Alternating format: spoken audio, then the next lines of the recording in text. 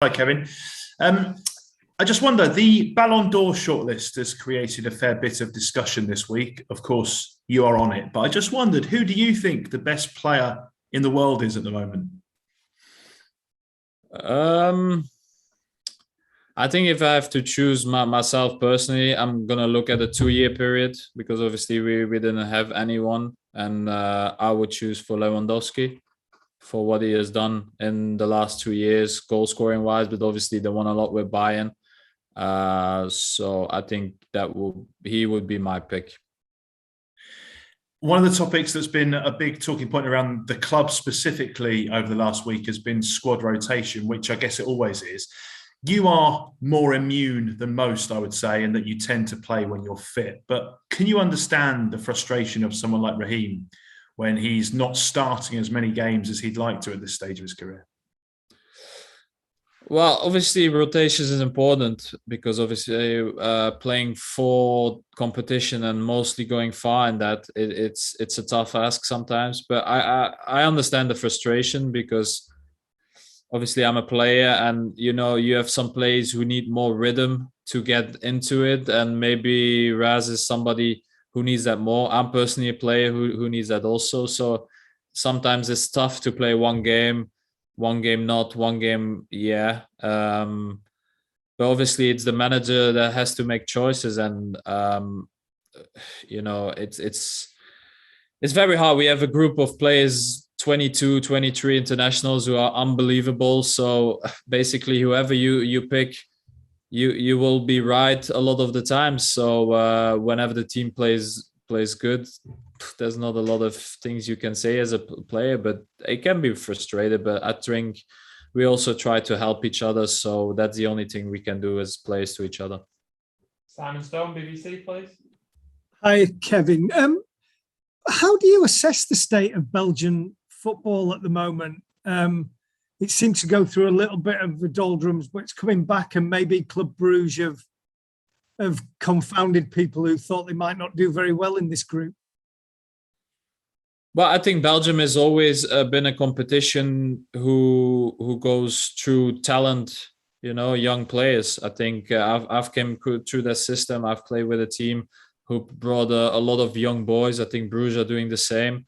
Every time Belgium teams had success is through their young players and selling them and getting good players in return. Obviously, the competition money-wise is not that big, but I think it's important for Belgium teams, in my view, to do well in Europe, because that's where they get a chance to show themselves. And whenever they can sell players to other countries, they make money to put it back into the system. So I'm always rooting for Belgium teams to do well in Europe.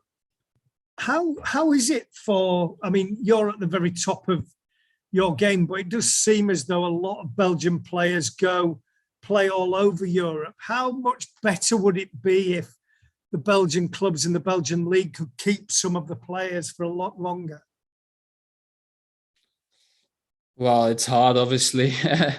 Well, if you play very well at a certain time in Belgium and you can go to a better league, earn more money, it's a simple question. Everybody would do it, and that's all due respect to Belgium, and they know that. That's why I think they invest in young players, and that's the way to get better. So it's a simple answer to that for me. Stu Brennan, Amiens. Hello, Kevin. Obviously, looking back at the Champions League final, it was bad for the whole club. What happened that night, but for you personally, it must hold some really dark memories. I'm just wondering how you reflect on that night now, and how difficult it has been sort of with that, and then what happened in the Euros, getting yourself back on track again this season.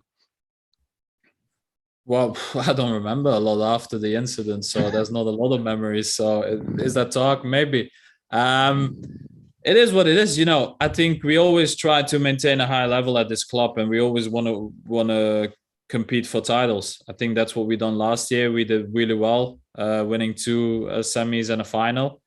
I think in these types of games you can lose. The other teams are very, very good, And that particular night, we lost the game. So you move on. Obviously, coming back into the Euros, I was happy that I could come back so soon and did well. But then, obviously, the ankle injury happened, and it is what it is. There's nothing I could do. I get tackled and my ligament snapped. So there's nothing else. So I just had to try to get back in the best way as possible. And it took some time and it was a little bit painful, but I feel much better now. So I'm very happy about that.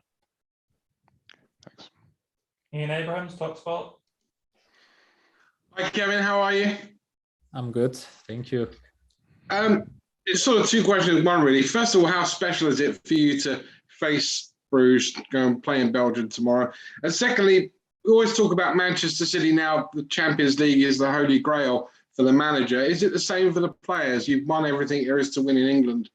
For this group of players and their legacy, do you have to win the Champions League together?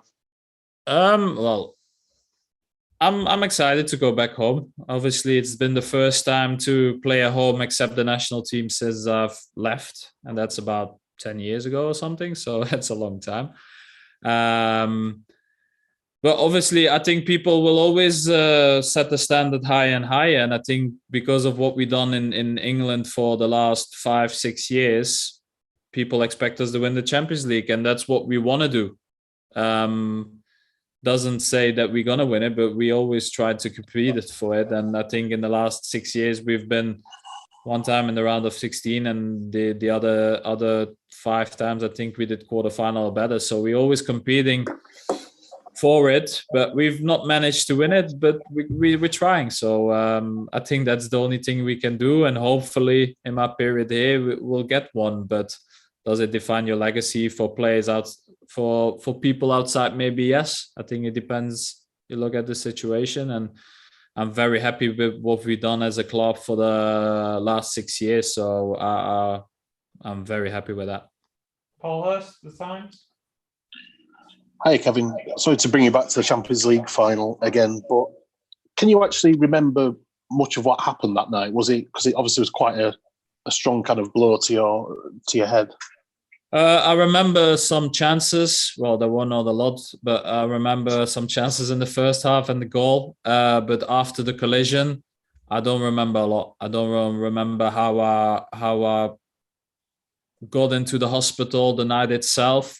I remember going back in the morning to the team hotel and like 10 a.m. in the morning still on my City kit on. That's what I remember. So for the rest, it is what it is. You know, it's sport. It happens. You know, it's not the best thing that ever happens, obviously, but you know, you go on with it. It is what it is.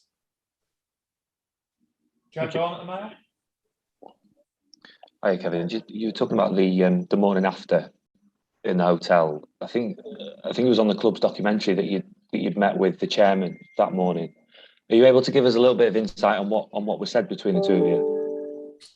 Well, he didn't say a lot. I think he spoke to the team maybe in the evening or in the morning. I have no idea. He just said that he was happy with what I've contributed to the team and how I played the year, and just like some positive words that we will be back, you know, that we will be fighting again to try and win this trophy. You know, obviously there was not a lot of people in a good mood, but I felt really strange at the time with everything that happened. And it was nice to hear that from the chairman, because obviously it was a big blow for everybody, but it was quite a positive but short conversation. I just ask you about yourself as well. You're talking about getting rhythm back. Do you feel like you've got your rhythm back now, or have you still got a little bit to go? I feel much better. I think obviously there's still a little bit that can go up, but I think after the 3 months that I had with the ankle, but even since last year, I think the last 2-3 months, I didn't really train a lot.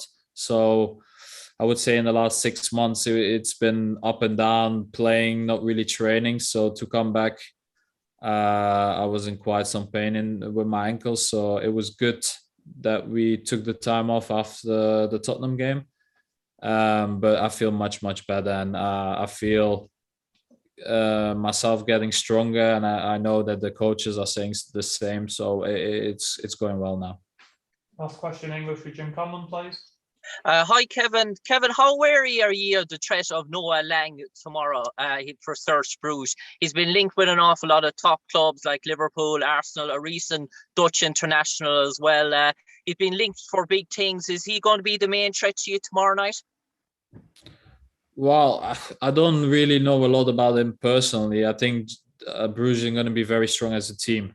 You know, I know some other players who are really strong, and they play for the national team for years. So I know that the team won't take them lightly, but whoever plays against him will make sure that he's ready. And it's gonna be okay. Hopefully. We'll take any questions in Dutch. We'll start with Emily van den Langenberg. Dus Geert Heremans, VRT Yes, Sport. Geert Heremans for VRT. Kevin, good afternoon. Good afternoon, Kevin. Could you please tell us again in Dutch how special it was to come and play against Club Brugge tomorrow? Yeah, it's fun. It's been quite a while. Actually, it's the first time since I left from Genk to play in Belgium again. And of course, if I play in Belgium, the supporters are, of course, always for us. But I don't really know how people will react tomorrow. I'm going to be there to do my job, and that's really it. Kevin, I have a second question for you as well.